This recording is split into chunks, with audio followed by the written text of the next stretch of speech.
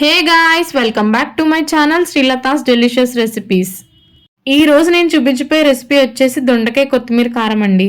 ఈ కర్రీ చాలా టేస్టీగా ఉంటుంది. మరి ఇంకెందుకు ఆలస్యం, ప్రాసెస్లోకి వెళ్ళిపోదాం.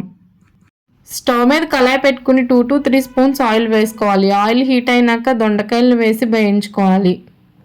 ఈ దొండకాయల్ని మనం గుత్తి వంకాయకి ఎలా అయితే వంకాయలను కట్ చేసుకుని వేసుకుంటామో సేమ్ అలానే కట్ చేసుకోవాలండి. దొండకాయలు లైట్గా మగ్గిన తర్వాత 10 నిమిషాలు మూత పెట్టి మగ్గించుకోవాలి.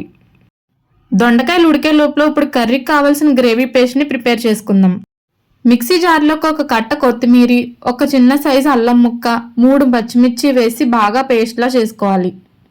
ఇప్పుడు 10 నిమిషాల తర్వాత మూత తీసి చూస్తే చూడండి దొండకాయలు బాగా మగ్గిపోయినాయి.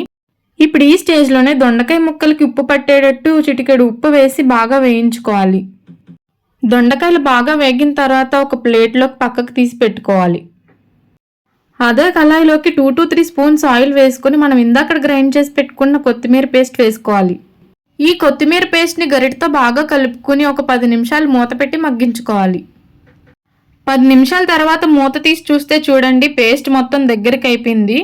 ఆయిల్ ఇలా లైట్గా పైకి తేలింది. ఇప్పుడు కొంచెం 5 నుంచి 6 రెబ్బల కరివేపాకు, మీ రుచికి సరిపడా సాల్ట్ వేసి బాగా వేయించుకోవాలి.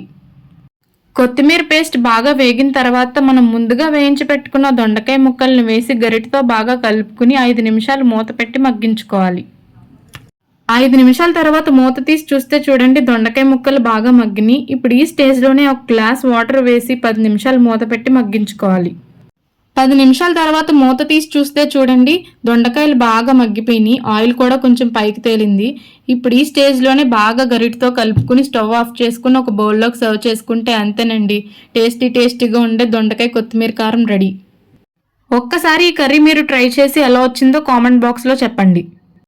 ఐ హోప్ మీకు ఈ వీడియో నచ్చింది అనుకుంటున్నాను. Thanks for watching.